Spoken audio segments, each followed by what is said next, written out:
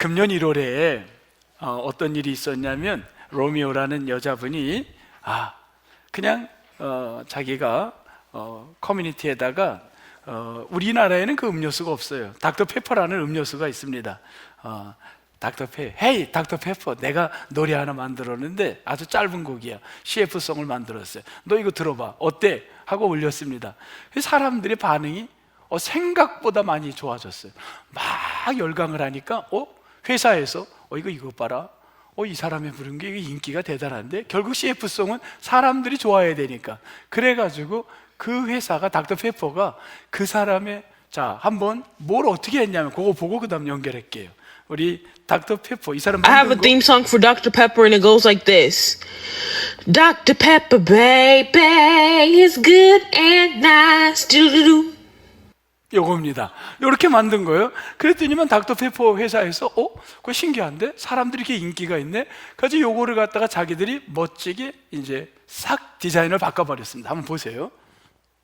Dr. Pepper, baby, is good and nice. Do-do-do. Dr. Pepper, baby, is good and nice. Dr. Pepper, baby, is good and nice. Good and nice. Do-do-do. 요거를 하는데 이 사람에게 얼마를 줬냐면 2밀리언을 줍니다. 2밀리언이면 30억 1천만 원이에요.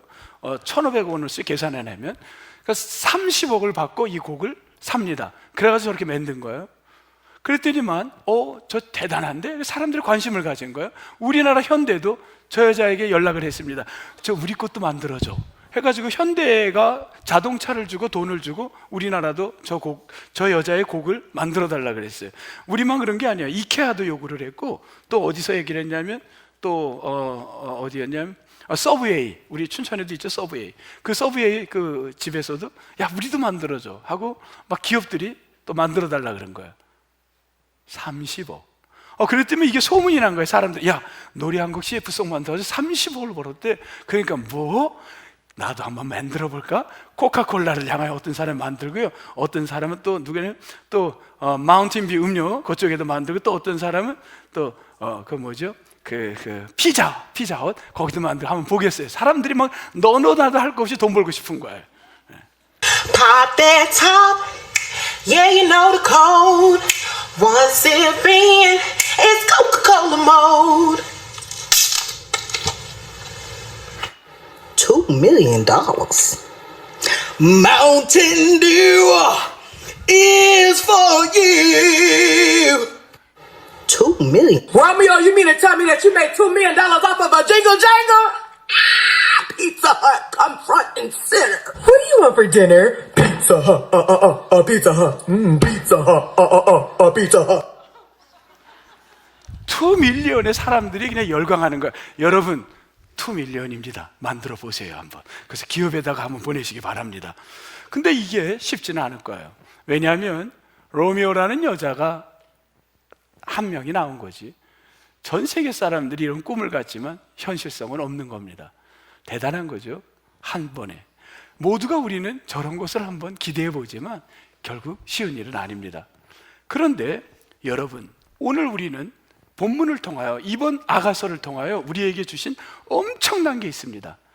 로미오 부럽니? 로미오하고 비교할 수 없는, 내가 큰 이 2밀리언 30억과는 대조도 안 되고 비교할 수 없는 엄청난 걸 내가 너희들을 위해, 여기 있는 여러분 모두에게 주신다는 겁니다. 그 축복, 그 은혜, 그걸 갖고 가는 오늘 복된 자리가 되기를 주의 이름으로 축원합니다. 30억이 문제가 아닌 겁니다.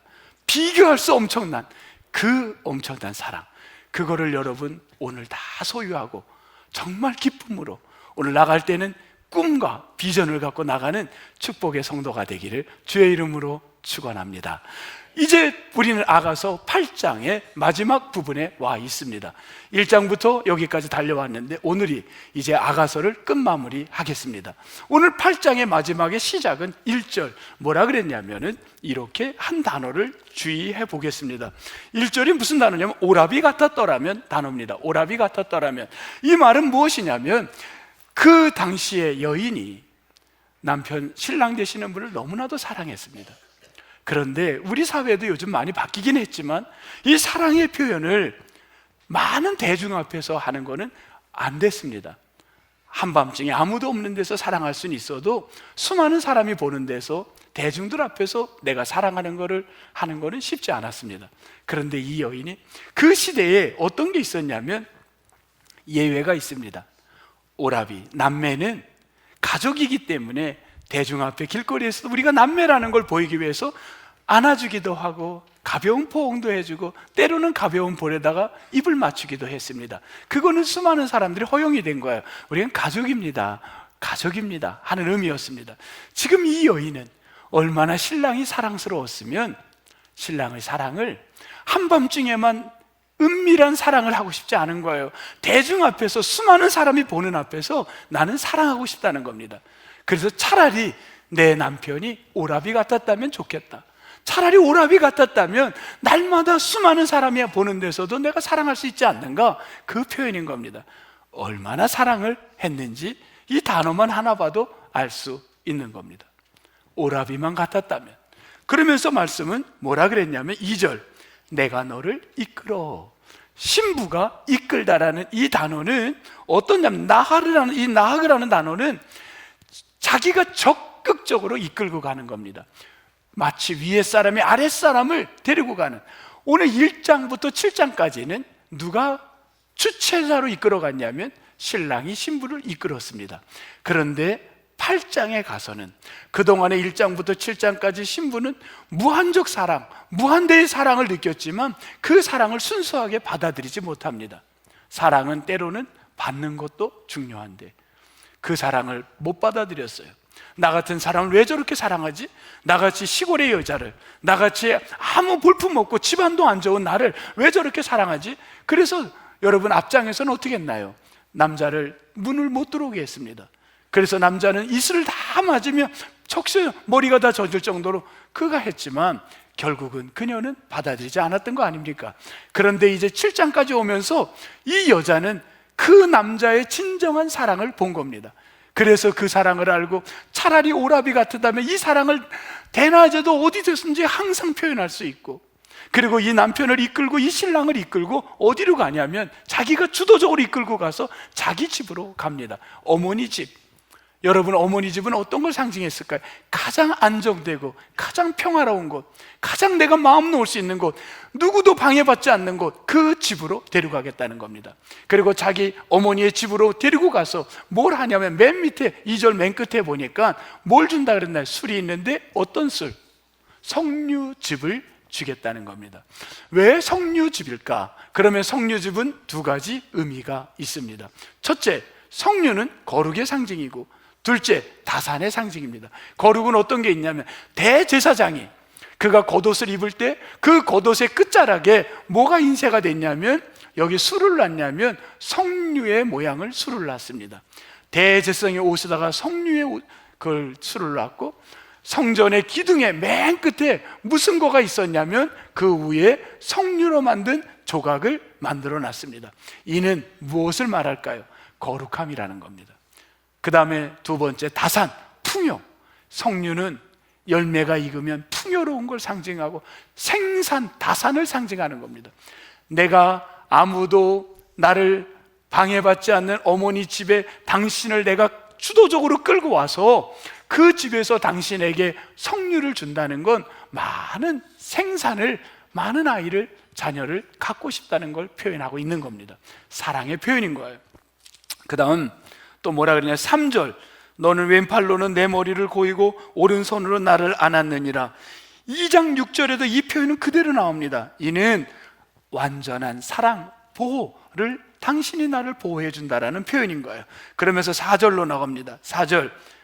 자, 4절로 가는데 여기 보니까 예루살렘 딸들아, 또 5절로 가겠습니다. 5절로 갔더니만 여기 5절에 1절부터 4절까지는 여자가, 신부가 노래를 한 겁니다. 근데 5절에 가면 거기 앞에 표시가 달라요. 여러분도 5절하고 그의 앞에 무슨 표시가 있나요? 뭔가 표시가 있죠? 뭐 동그라미, 저 같은 건 동그라미에다가 이게 진하게 해놨어요. 여러분도 그렇습니까? 여러분 성경도 좋은 거네. 네, 전 제 것만 좋은 줄 알았습니다. 그 앞에다가 동그라미 하고 뭐 딱 해놨어요. 그건 뭐를 하냐면 화자가 바뀌는 겁니다. 노래자가 바뀌는 거예요. 지금 누군가가 노래하냐면 예루살렘 딸들, 제3자가 노래하기 시작하는 겁니다. 예루살렘 딸들, 앞에는 신부가 솔로로 불렀어요. 근데 5절의 이 앞부분은 사람들이 합창을 합니다. 신부가 부른 게 아니에요. 제3자가 노래합니다. 뭐라고 불렀냐면 그의 사랑하는 자를 의지하고 거친 들에서 올라오는 여자가 누구인가 라고 노래합니다. 거친 들은 뭘 말하냐? 광야를 말하는 겁니다. 광야. 여러분, 광야는 어떤 건가요? 사막이고 또는 아주 덥고 밤에는 아주 춥고 그리고 거기에는 물도 없고 그리고 사막에는 뱀이 있고 정갈이 있고 사람이 살기에는 너무 힘든 데입니다. 그런데 그 광야 같은 곳에 지금 누가 오고 있는 거예요? 신부가 걸어오고 있는 겁니다. 광야 같은 곳에서 신부가 걸어오고 있습니다. 그런데 그 신부 옆에 누가 있다는 거예요? 누가 있다는 거예요? 그의 사랑하는 자를 의지하고 거친 들에서 올라오는 여자, 그 옆에 누가 있다는 겁니까? 그에게 신부가 의지하고 있는 거예요. 누가 있죠? 신랑이 옆에 있는 겁니다. 광야길에서 올라올 때 그의 옆에 의지하는 자, 신랑이 옆에 오는구나 하고 노래하는 겁니다. 우리의 인생길, 광야 같은 길, 힘들고 어려운 길, 우리 민족의 시대마다 어려웠던 때, 그때마다 우리가 걸어가는 그 길에 나 혼자 오는 것 같은데 광야 같은 그 길에 걸어올 때 우리의 옆에 누군가가 있었습니다. 그분은 누구였나요? 여러분 속으로 대답하시기 바랍니다. 그가 누구였나요? 지금 그 얘기를 던지는 겁니다. 그리고 그 다음에 봤더니만 또 제 성경에는 표시가 달라져요.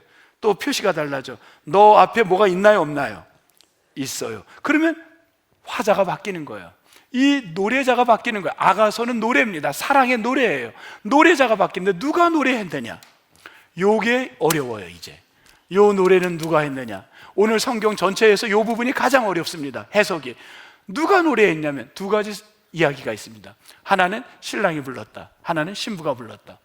어느 신학자도 정답을 못 내리고 있어요. 그래서 저는 하나를 선택해야 됩니다. 오늘 저의 선택은 신랑으로 선택하고 설교를 준비했습니다. 신랑으로 선택하고 설교를 해나가겠습니다. 여기에서 신랑은 이렇게 노래합니다. 너로 말미암아 네 어머니가 고생한 곳. 신랑이 신부에게 말하는 거예요. 너로 말미암아 네 어머니가 고생한 곳. 그게 뭐냐면 너를 낳은 자가 애쓴 그곳. 무슨 말이에요 지금?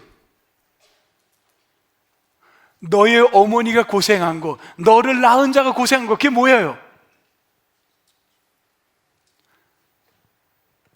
아이를 출산할 때를 이야기합니다. 신부가 태어나는 그 자리에, 너가 태어나는 그 자리에, 그곳에 내가 함께 있었다는 겁니다.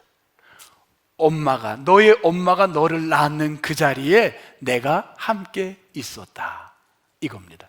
그 다음, 그곳 사과나무 아래에서 내가 너를 깨웠노라.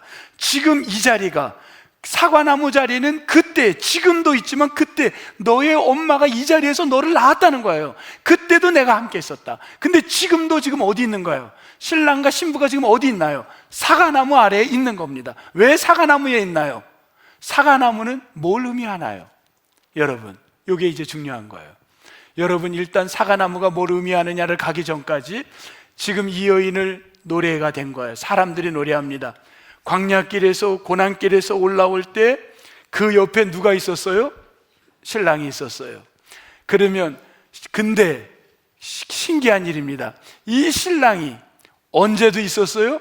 이 신부가 그의 엄마의 몸에서 태어나는 그 순간에도 그 신랑이 거기 있었어요? 없었어요? 그 시간에도 있었다는 겁니다. 그러면 이제 드디어 본색이, 아가서의 본색이 드러나기 시작하는 거예요. 본색이 드러나기 시작한 거예요. 이거는 인간이 가능해요? 가능하지 못해요? 인간은 불가능한 거예요. 어떻게 인간이 그것이 있습니까? 지금 내가 그 자리에 함께 있었다는 겁니다. 너가 태어나는 그 자리도 있었다는 거예요. 그리고 지금도 사과나무 아래 내가 너와 함께 있다라는 거예요. 정리합니다. 광야길에서 과거 출생할 때도 right now, 지금도 그분은 함께 있다는 겁니다. 여러분 동의하세요? 어디에? 왜? 사과나무. 그러면 여러분 사과나무를 정리해 봐야 돼요. 사과나무는 뭔가? 사과나무는 이런 의미가 있습니다. 사랑, 기쁨, 또 뭐가 있어요? 풍요. 풍요는 항상 똑같은 말이에요. 다산입니다. 풍요는. 성경에서 풍요는 다산이에요. 생산이에요. 많은 자녀를 낳는 거예요. 그렇다고 한다면 사과나무라는 건, 여러분 성경에 보면 엘리야는 어디서 만났나요? 회복을 로뎀나무에서. 또 요나는 자신의 회복을, 신앙의 회복을 어디서 해요? 박농풀에서. 그런데 여기에서 아가서는 왜 굳이 사과나무이냐? 이 사과나무를 쓴 거예요. 사랑과 기쁨과 생산, 그 사과나무. 근데 라틴어로 사과나무를 봤더니만 뭐라고 했냐면, 라틴어에 사과나무가 이렇게 나왔습니다. 말루스라는 단어가 나와요. 말루스. 저도 라틴어는 잘 모릅니다. 그냥 나온 걸 설명하는 겁니다. 말루스라는 단어를 썼습니다. 말루스, 사과나무. 근데 이 언어의 장난일 수 있지만, 말루스라는 라틴어가, 이게 말룸이라는 어근이 똑같은 단어가 있는 거예요. 이 말룸이라는 어근은 어떤 나무냐면 선악과예요. 선악과. 그럼 어떤 의미가 있나? 여러분, 창세기 때 하나님께서 인간을 창조하시고 보시기에 아주 기뻐하고 기쁨을 갖고 생산을 해서 그곳에 한 인간의 삶의 공동체를 꾸며서 거기서 행복하게 살라고 만들어준 것이 어디냐면 에덴 동산입니다. 그 에덴 동산, 인간은 가장 행복한 가족을 꾸미고 살 수 있었습니다.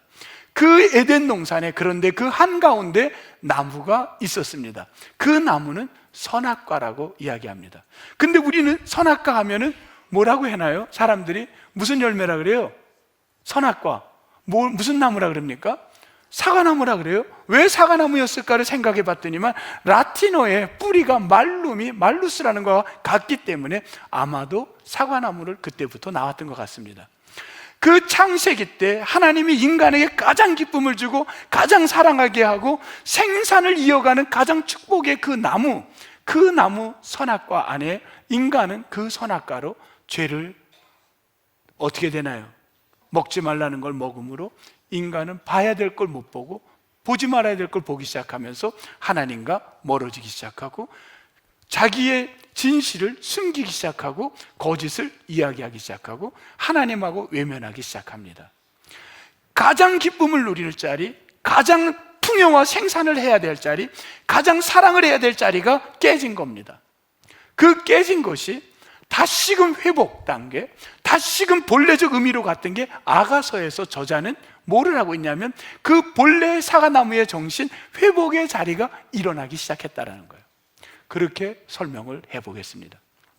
자, 다시 한번 봅니다. 여러분, 그의 사랑하는 자를 의지하고 광야에서 올라오는데 혼자 오는 게 아니라 신랑이 같이 있었고, 너가 태어나는 그 자리에 고생한 너희 엄마가 고생하는 그 자리에도 내가 너와 함께했고, 지금 너가 있는 이 사과나무 아래에도 내가 너와 함께하고, 이 사과나무는 깨진 사랑이 깨지고 진실이 깨지고 다 진리가 깨졌는데, 이곳에서 다시금 뭐냐?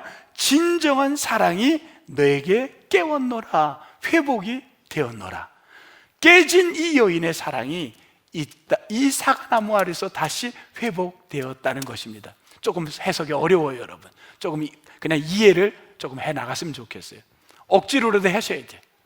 억지로라도. 이해가 됩니까? 그냥 된다고 하세요. 어려운 이야기예요. 저도 준비하면서 매우 어려워요. 깨진 관계가, 여러분, 창세기 때 이 깨진 관계가, 사랑에 대한 불신이, 이 여인이 진정한 사랑을 보면서, 한 사람의 사랑을 보면서 그것이 회복되어 가는 겁니다. 진정한 사랑으로 회복돼요. 그 사랑의 고백이, 진정한 사랑의 고백이 드디어 여인의 입에서 나오기 시작합니다. 그게 6절입니다. 6절 앞에도, 너는 앞에도 표시가 달라져요. 또 다른 화자가 노래하는 겁니다. 6절, 다시 여자가, 신부가 노래합니다. 6절, 세 가지를 노래합니다. 세 가지를 노래해요. 첫 번째, 무엇을 얘기하냐면, 당신은 나에게 뭐라? 도장 같다. 여러분, 도장 같다. 아니, 뭔 사랑을 또 도장이라고 표현합니까? 도장은, 여러분, 도장은 당시 사회에는 도장이 두 개가 몸에 달고 다녔습니다. 하나는 목에, 하나는 손목에. 잃어버릴까 봐. 도장은 가장 중요한 사람의 몸에, 가슴에 달고 다녔어요. 목에다 달고. 두 가지 의미 때문입니다. 도장은 권위, 하나는 또 뭐죠? 소유. 권위. 어떤 권위인가요? 다른 사람들이 비교할 수 없는 왕의 권위. 이 도장은 왕을 상징하는 거예요. 내가 왕이다. 이 도장을 꽝 찍으면 모든 것이 결정이 되는 겁니다. 짐승에다가 도장을 찍으면 이 짐승은 누구 거가 되나요? 왕의 거가 되는 거예요. 주인 거가 되는 거예요. 그래서 사람들이 도장을 갖고 있었는데 그 도장, 꽝! 너는 나의 소유물. 베드로 전서 2장 9절. 뭐라고 그랬나요? 성경에. 우리 베드로 전서 2장 9절. 우리 한번 읽어볼까요? 시작. 그러나 너희는 택하신 족속이요, 왕같은 제사장들이요, 거룩한 나라의 그의 소유가 된 소유. 이게 바로 소유. 넌 내 거라는 겁니다. 당신은 나에게 도장 같은 분입니다. 나를 소유물 삼으시고 당신의 왕의 권위로, 그 신랑의 권위로 나를 소유물 삼았으니 나는 평생을 당신 몸에 붙어있듯 그렇게 살겠습니다. 이 고백인 거예요.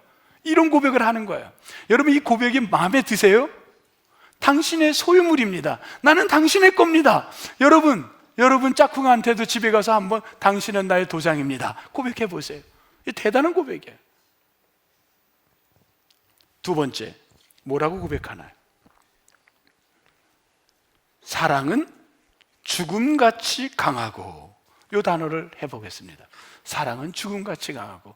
내 사랑을 내가 죽음으로써 보여줄게. 여러분, 우리 젊었을 때 20대 그런 얘기 많이 했었죠. 여러분들, 사귀는 사람, 난 내 목숨을 버려서라도 당신을 사랑할 거야. 했어요, 안 했어요? 안 했어요? 근데 이 얘기는 예수님도 하십니다. 요한복음 15장 예수님이 뭐라 그러세요? 13절 이렇게 얘기를 하셨습니다. 한번 읽어보겠습니다. 시작. 사람이 친구를 위하여 자기 목숨을 버리면 이보다 더 큰 사랑이 없나니. 여러분, 사랑을 목숨과 죽음과 비교했던 데가 성경에 여러 번 나옵니다. 대등한 생명을 던진 사랑. 이 여인은 당신이 나를 목숨을 던지며 사랑하지 않았습니까? 이렇게 이야기를 하는 겁니다.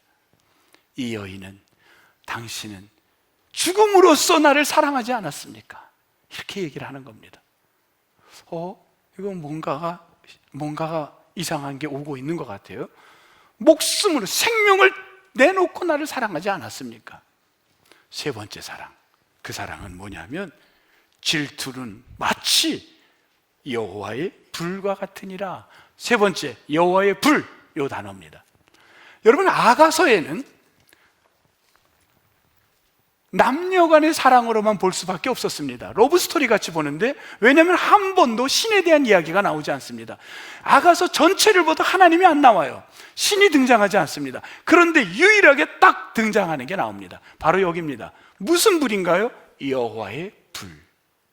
왜 갑자기 여호와의 불이 나왔나? 이 불은 세상의 불과는 비교가 안 됩니다. 세상의 불은 사람이 끌 수 있지만 이 불은 누구도 끌 수 없는, 이 불은 인간이 끌 수 없는 누구의 불이냐면 여호와의 불인 겁니다. 여호와의 불은, 그 불은 세상의 온도와는 비교할 수 없는 엄청난 그 불, 그 여호와의 불처럼 나를 사랑하고 있다는 겁니다. 자, 지금 무엇을 얘기하나요? 지금 이 여인의 사랑은 한 인간의 사랑을 얘기하는 게 아닙니다. 이것은 남녀 간의 사랑이 아닙니다. 이 여인은 뭘 깨달은 건가요? 지금의 이 사랑은 신적 사랑이라는 거예요. 인간이 사랑할 수 없는 하나님의 사랑이라는 거예요. 목숨을 던진 사랑이라는 거예요. 이 사랑은 우리를 소유물 삼은 사랑이라는 겁니다. 그 사랑을 누가 보였나요? 하나님께서 한 사람을 보내는데 그가 예수 그리스도입니다. 그 예수 그리스도가 우리 위하여 십자가에 달리시고 목숨을 던져 사망으로 우리를 살리시는 사랑을 보였습니다.